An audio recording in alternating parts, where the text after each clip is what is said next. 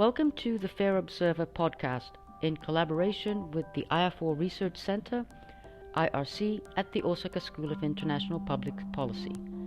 My name is Haruko Satoh, co-director of the IRC and today's moderator.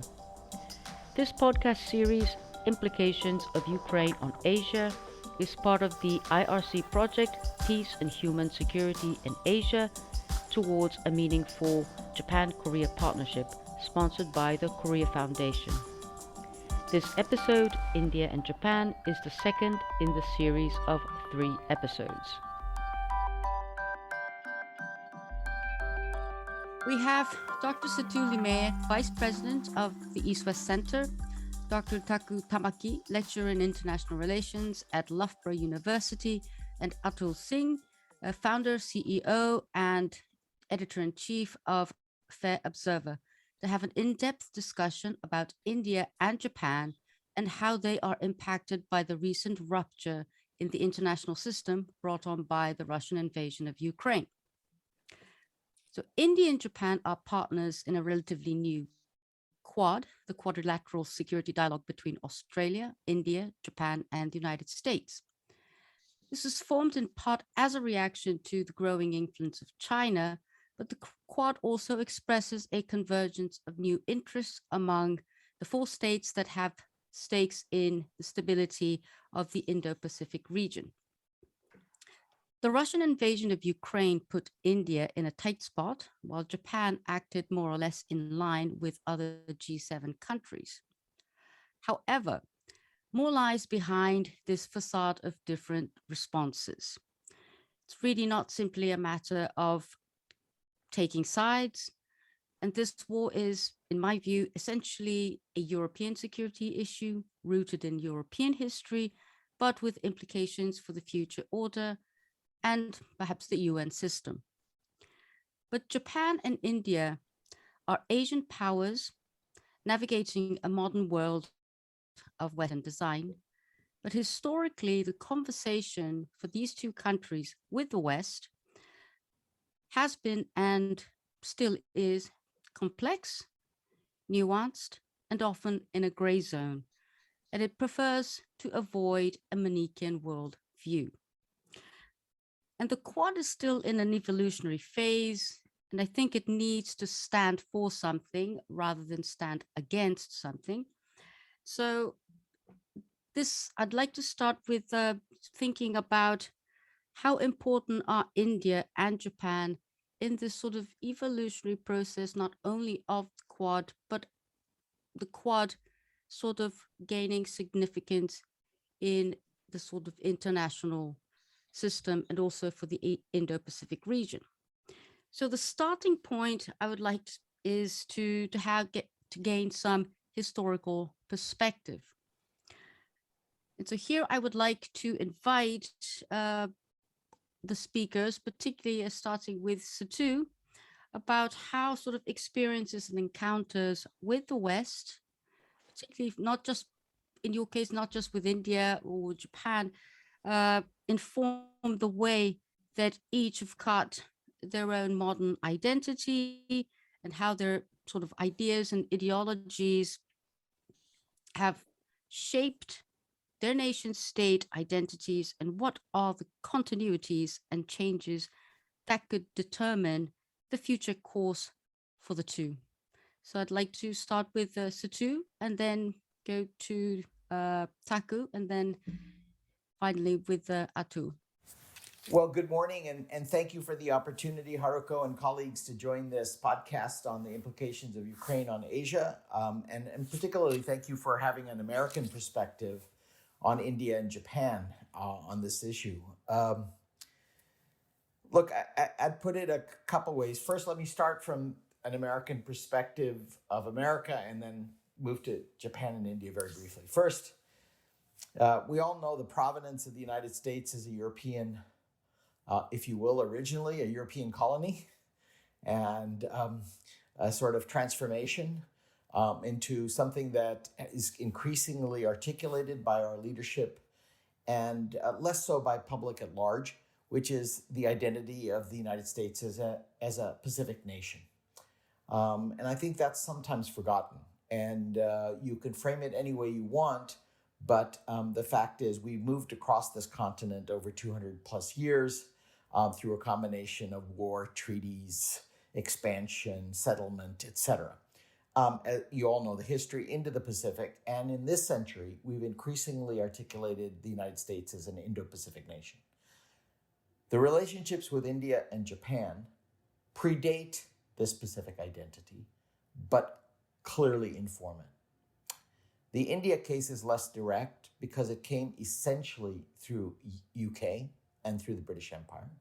But with Japan, it was much more direct in the search for coaling stations and relationships from the mid-19th century, including the opening of Japan. And that relationship is obviously long contested and was contested and now has become a long-time ally since 1945. With India, the relationship is just developing. It has only been recently included into the Indo-Pacific categorization. For the first 70 years of Indian independence and the 70 plus years of the post-war period, the United States did not see India as a part of what we would consider East Asia. It's only with the Indo addition to the Pacific that India and Japan have become, if you will, the two parentheses or the two sides of an American reconception of Asia. And I think that's very important to understand. And so in some sense, the evolution of India-Japan relations within this framework has been both facilitated by and abetted by, in my view, not only decisions in Delhi and Tokyo, of course, but by a facilitation opportunity by the United States, which has made it possible for these three to have more and closer relations, including most recently with the addition of the Quad. So let me stop there as a opening comment. Thank you, Satu. So next, can we turn to Taku? Great. Well, thank you very much for having me on this program. In terms of historical dimensions, I think Japan has been, since the Meiji Restoration, been trying to socialize itself into the Western international state system, and I think it has, albeit with deadly consequences in 1945. And even after the war, I think what we're seeing is Japan still wanting to be part of that sort of Western international system. I think it's very comfortable being a member of the G7, and it knows it has as a US ally, it has its commitment. So perhaps that sort of stance and historical experience, to a certain extent, explains the current stance with respect to Ukraine. I think in terms of Ukraine, the issue at the moment, I think it's one thing to say that Ukraine crisis, Ukraine war is very much a European war, European crisis. But I have the feeling that when the Japanese leaders, Japanese policymakers look at Ukraine, they see China and Taiwan, which is very much within the purview. And one of the interesting things over the past several months, and this predates the Ukraine war, is this Japan's attention on Taiwan. And it seems as if it's sort of this idea of Japan's defense periphery has come a full circle. It started out with the Far East, which was about Korean Peninsula and Taiwan, then moved to the Asia Pacific to talk about the sea lines of communication towards the South China Sea, and then the surrounding areas, the more situational perspective. Now we have the Indo-Pacific, the confluence of the Pacific and Indian Ocean stretching to East Africa, and perhaps beyond if you think about Japan's European partners, United Kingdom, Germany, Netherlands, and France, they're talking about Indo-Pacific. But now, with the current situation, and again, it predates the Ukraine war, Japan has been talking about Taiwan, the crisis on the Taiwan Straits, in the Taiwan Straits. So the language of defense periphery has come back to Taiwan. So it's very interesting in a way that the Ukrainian war seems to be really emphasizing the issue of China and Taiwan. Abe has been talking recently about Japan's capability. Japan needs to enhance its capabilities to be able to hit enemy bases. So I think what Ukraine does is it's not something that is far away in the European space. I think there is a sense that what they're seeing, what the Japanese are seeing in Ukraine, is very much what could easily happen in its very neighborhood, as it were, Taiwan and China. And I'll stop there for now. Thank you, Taku. That's actually very interesting about the full circle. So now I'd like to turn to Atul. The Indian experience with the Western system is obviously as complicated as Japan's, though it is a different one. Remember, India was ruled by the British. So although we are a common law country, there is a huge reservation. There are huge reservations against the West. Remember, India was ruled first by the British East India Company, and India turned socialist after independence. And India was a de facto Soviet ally. Under Prime Minister Indira Gandhi, India veered extremely left during certain periods, and she amended the constitution and declared India to be a socialist country.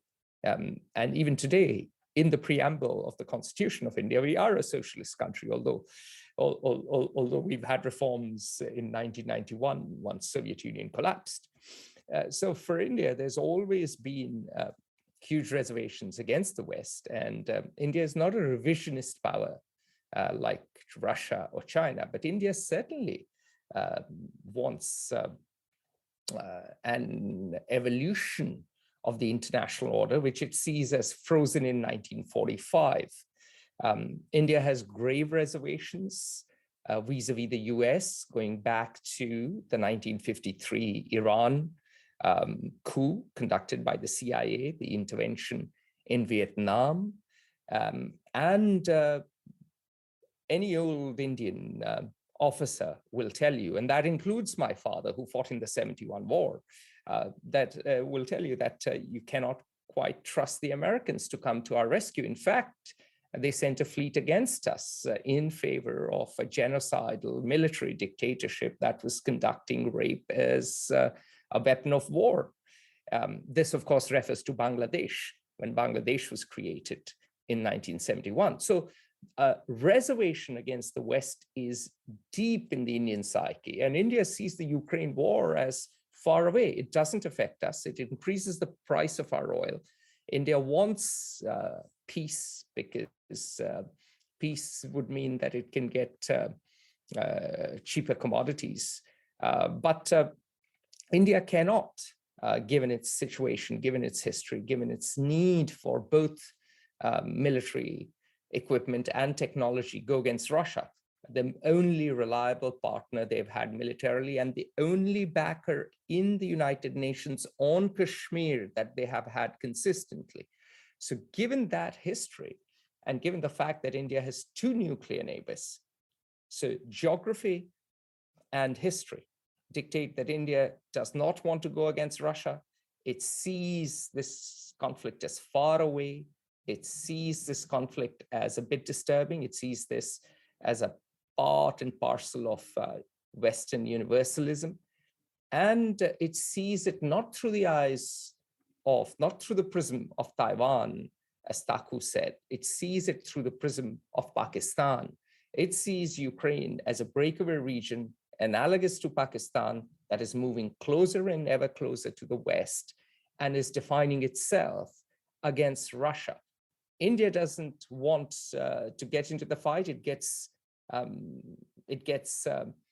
military equipment actually from both Ukraine and Russia. It would much rather that they just stop fighting and its spares were assured.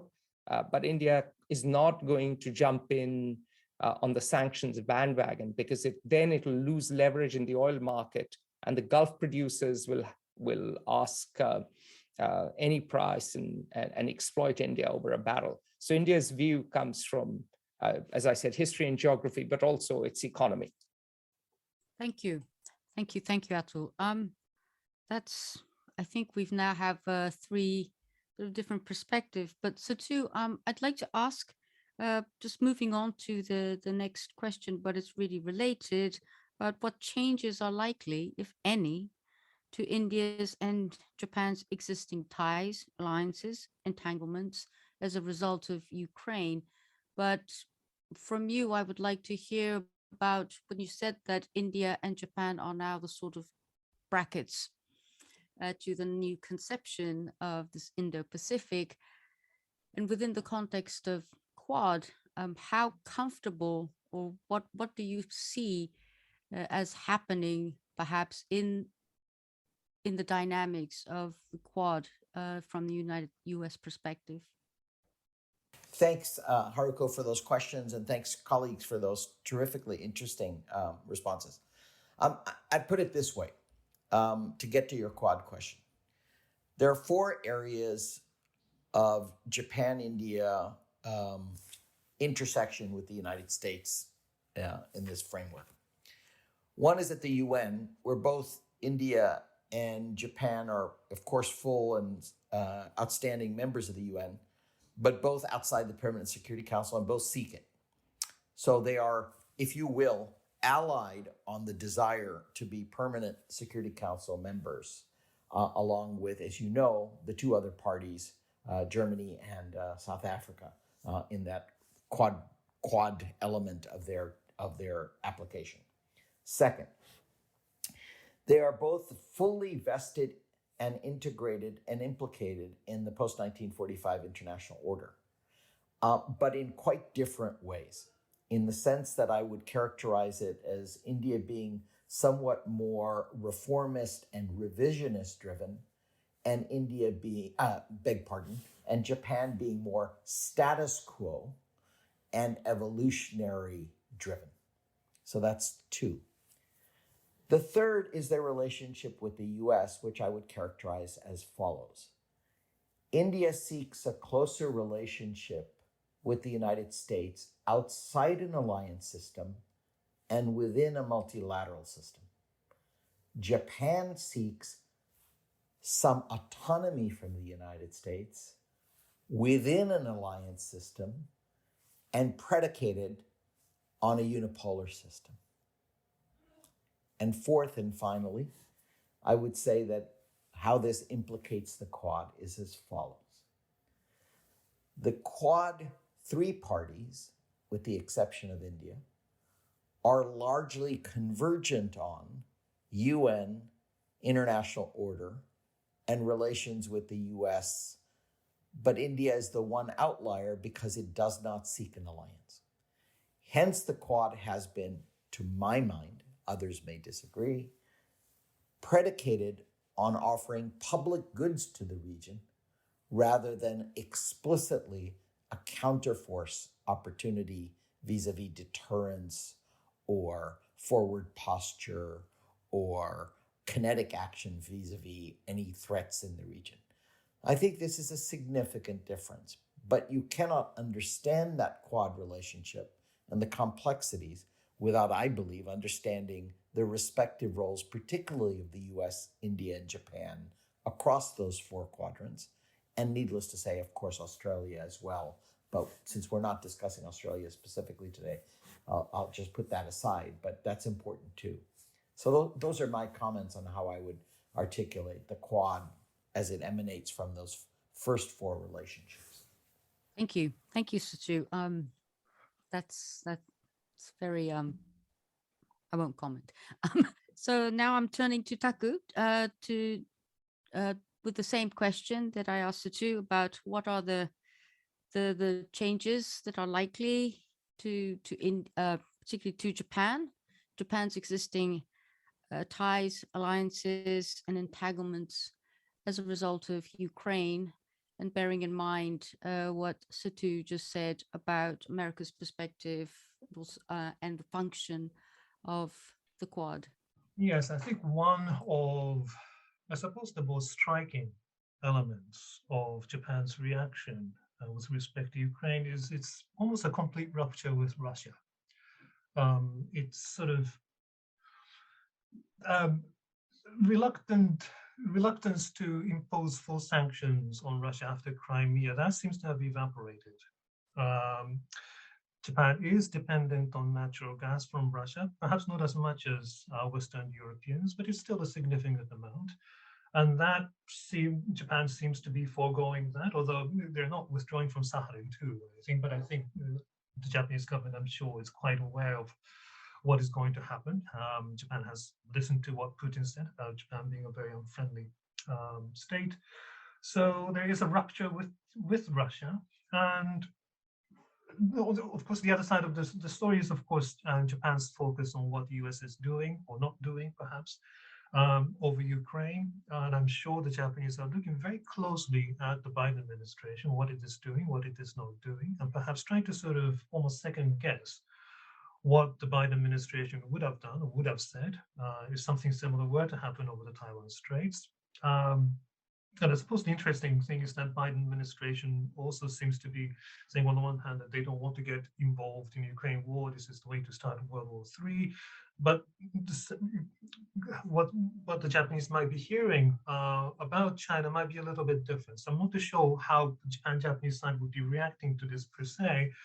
But of course, looking ahead to 2024, and not just 2024, but midterm elections, that is going to also affect the US administration, what Biden's able to do, what Biden won't be able to do, and plus what's going to happen after 2024. So I think Japan is very closely looking at the US administration. The alliance is still very much the linchpin of Japanese foreign policy and its stance towards China.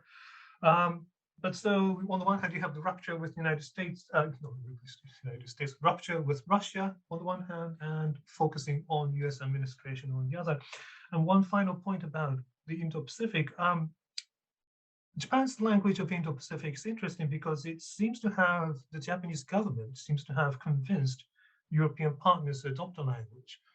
And I'm wondering, and I don't have an answer or anything at this point, but I'm sort of wondering what the European partners would do with the language of Indo-Pacific. Will that evaporate as a result of Ukraine? Germany, the Netherlands, and France have also adopted the language of Indo-Pacific. German Navy was in the Pacific training with the Japanese. Will that continue, or because all what's happening in Ukraine, that language will disappear, and that might actually affect Japan's thinking on the Indo-Pacific? So I'll stop here for now. That's a very, very interesting point about the Europeans doing what they will do with the Indo-Pacific language. So finally, I'd like to turn to Atul about the same question about what changes are likely, if any, to India's existing ties and alliances, entanglements as a result of Ukraine. For India, a lot will change. And I heard Satu's brilliant delineation of the various aspects of this question.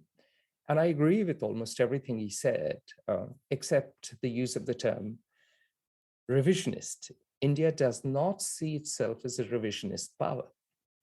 And India is an evolutionary power. Does it broadly agree with the UN? Yes. Does it send troops to serve in UN missions? Yes, actually a very large number. Does it provide a large number of staff in the UN? Just go to the UN and see the number of Indians who work there, and some very talented people. So India certainly buys into the UN, but there is also, it's complicated. India also sees the United Nations as a place where they were lied to over Kashmir. India also sees the limitations of the United Nations because in 2003, the US went into Iraq, something which was against Indian interests because India imports its oil from Iraq. So India is a country which wants the UN to succeed, but it wants the US to be more democratic, to represent its national interests, and not to be frozen in 1945. Now, coming to what happens now, well, India is looking at what's going on, and I've written a very long article with Christopher Schell explaining all of this in Fair Observer. I've also written a very long article on Putin, but that's an aside. India is looking at this with great nervousness because, number one, India will have to navigate or rather walk a tightrope between Russia and the US. Investment comes from the US, India exports to the US, India sends a large number of students to the US. Indian executives are CEOs of Microsoft, Twitter, IBM, Adobe Acrobat, and Alphabet, not to mention, which is better known as Google. So India has very close ties with the US. It has social ties, it has economic ties, it has geopolitical ties, increasingly military ties. There are joint exercises. We have China on the northeastern side and Pakistan on the northwestern side.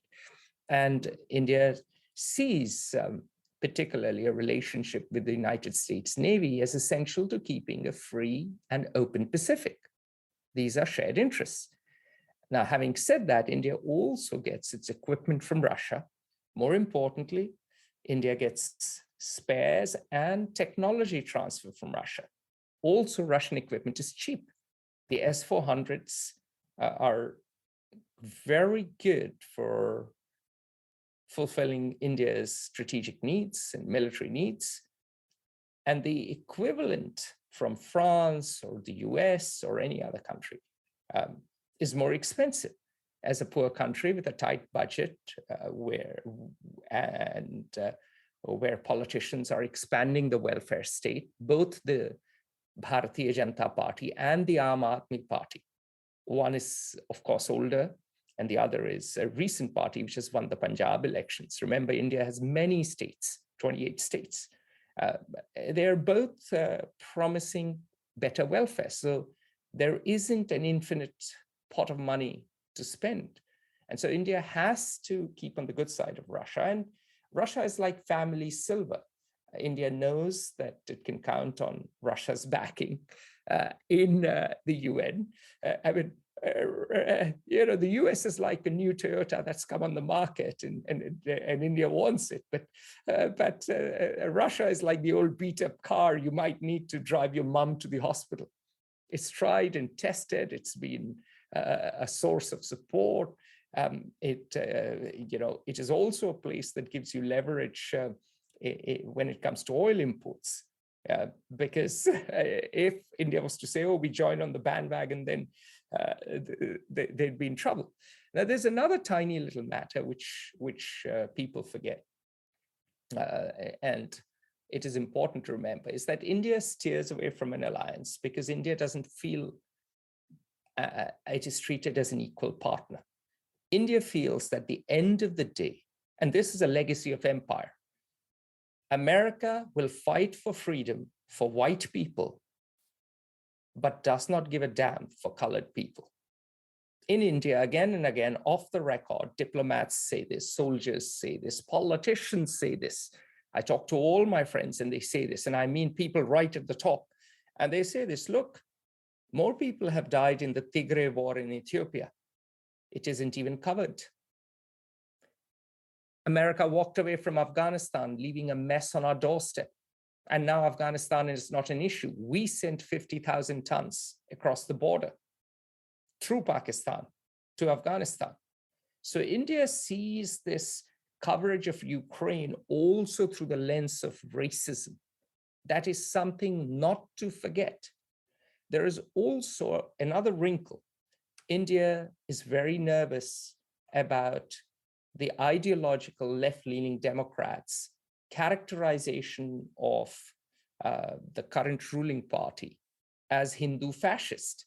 I know that's a term bandied around, but people point out, including opposition members, that look, India is largely a democracy, and they just lost elections in Punjab despite putting all their efforts. India, all said and done, is a democracy. And there isn't the same corresponding treatment in the media, and sometimes even in the think tanks of Bangladesh or Pakistan that have followed a practice of ethnic cleansing. So India has a lot of reservations about joining a Western alliance because it feels that A, number one, its strategic interests do not entirely align. B, it is not treated as an equal partner. And C, there is this fear at the political level that the US might want some regime change. Now, this means that the Quad will be a loose alliance. It will provide public comments, and Satu was absolutely right.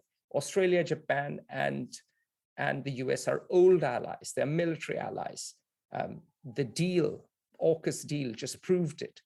India again was upset that didn't know about the AUKUS deal. Therefore, India is moving closer to France. So India sees US, Australia, and Japan as vital, especially US and Japan. The Australians don't really count, as vital to its long-term interests, but it's not going to join an alliance with them because it doesn't find the interests entirely convergent. Thank you, Atul. I think, I don't know if I should say this, but a lot of things, the reservations that you mentioned, the Indian reservations about the United States, I think Japan, behind closed doors, probably shares a lot of the similar kind of sentiments about being a junior ally to the United States. I mean, this is almost a perennial a psychological issue, I think, where Japan's politics is also defined by these sort of mindsets and experiences, actually. So thank you. So I'd like to move on to the final question, but I think we can now sort of bring together what everybody said. The final question is really about looking forward. And originally I said as sort of the West's takeaway from this Asian reaction, which is very different from the European reaction to the Ukraine war. And what I find interesting is that NATO or Western Europe is finding this newfound solidarity for Ukraine, this, the purpose for NATO and so on. Whereas the rest of the world, and particularly Asia, the responses are, and not just India and Japan, but they're all very different. And so, starting with you again, Satu, how will the United States, as it reconceives or tries to move forward particularly in the context of America's relations with China, which it has to move on in some direction, how will US adjust to this sort of if not fragmented, but a very sort of complex landscape that's emerged in Asia, including some of these sort of deep suspicion towards the United States or white people or the West. And then I'd like to turn the comments to Taku and Atul in response to what Situ's comment. Right. Well, again, very interesting. And I haven't said much about Ukraine specifically, so let me say so now. First, I don't mean to be flippant, but I think it's too early to tell. Drawing on, was it Mao's or Zhou Enlai's comment about what did you think about the French Revolution? It's too early to tell. I mean, I think when Kissinger or Nixon asked him, I don't remember all the details. But the point being, I think it's a little too early to tell 2 months into this terrible crisis. Horrible Russian actions in Ukraine. What the long-standing implications are, may I say, not only for Europe, though the initial ones are very clear about NATO alignment and European Union support and US-UK support. Let's see. There are a lot of issues in US-UK relation, US-Europe relations, trade, high technology, cooperation in the Indo-Pacific, which Professor Tamaki raised. There's lots of ongoing issues. But let's focus on Asia. First is to remember that the US Indo-Pacific strategy was released on the 11th of February and Russia invaded Ukraine on the 24th. So there was a deliberate and conscious effort to put the US Indo-Pacific strategy on the table and in front of the world in the midst of the ascending and intensifying Ukraine crisis. Second, it is very clear that one of the key issues that emanates out of the Ukraine crisis is the prospect specter, if you will, the horror of Sino-Russian alignment.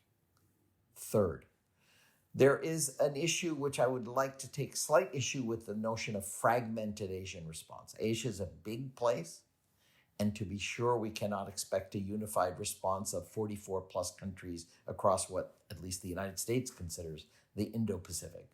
But I want to highlight here that in some sense, there is a very great alignment and convergence between key NATO and European responses and key US allied responses in Asia.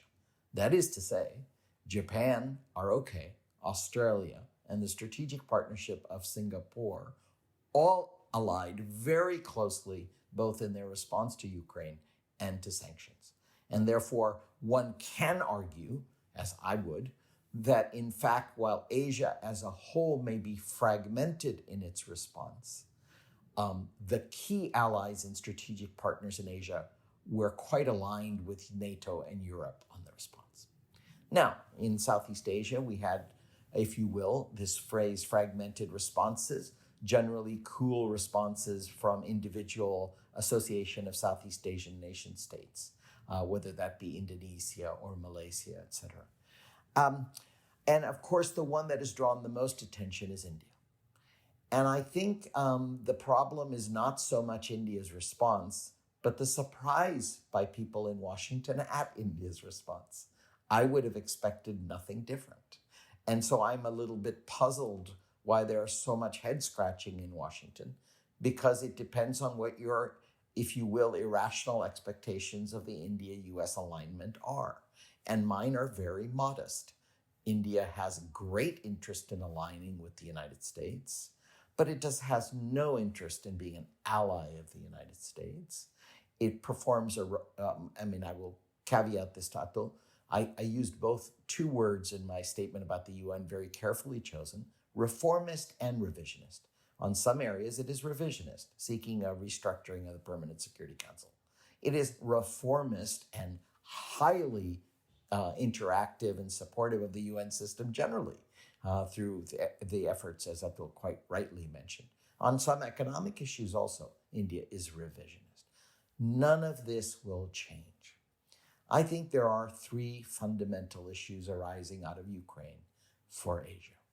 Issue number one, will the United States response over the mid or longer term to shoring up European security implicate less attention or resources to Asia?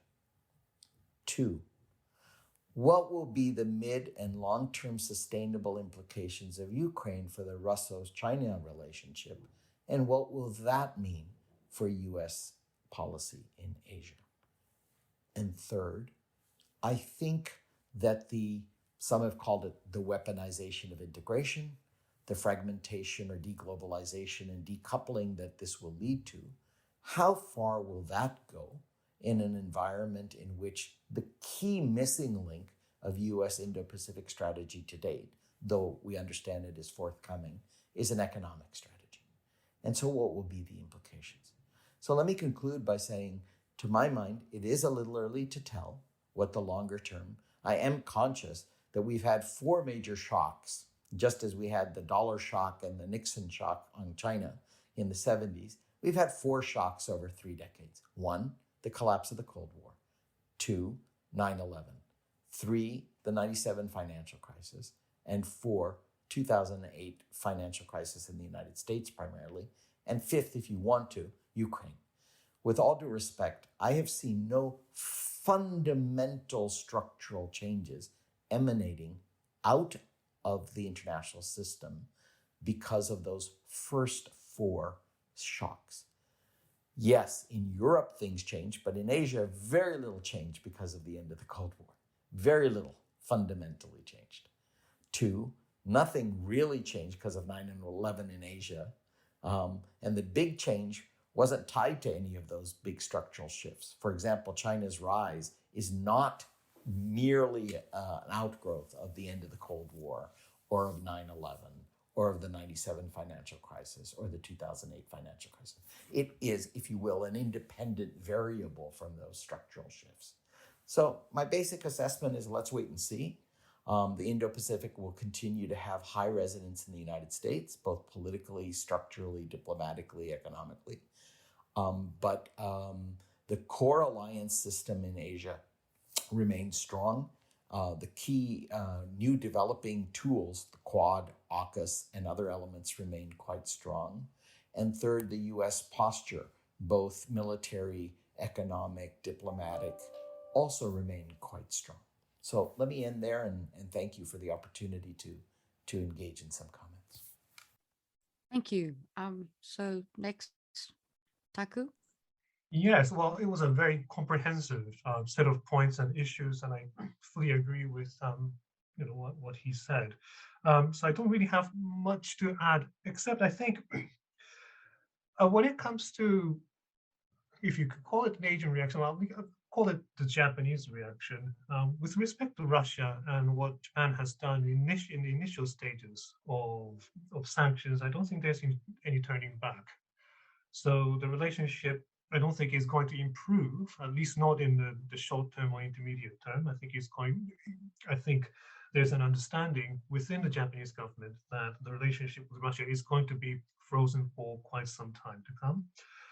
And in terms of Japan's policies towards Russia, I think in terms of Japan's alliance commitments, Japan's notion of it being a member of the G7, and the fact that Prime Minister Kishida has outlined his realist diplomacy, I think it's going to stay pretty much as it is. So I think what we've seen in the early stages over the past just over a month, I think month and a half, I think is pretty much going to be going to stay. I suppose what I might want to add is that there might be some within Europe who say that what's happening in Ukraine is different from China and Taiwan. When it comes to the Japanese government, what they're seeing in Ukraine is what has been said already, and that is they see China and Taiwan. I think that's what they're actually seeing. They're looking at the United States response in Ukraine, and they're going to be sort of second guessing how US will respond if something were to happen in the Taiwan Strait. So Japan is looking very carefully.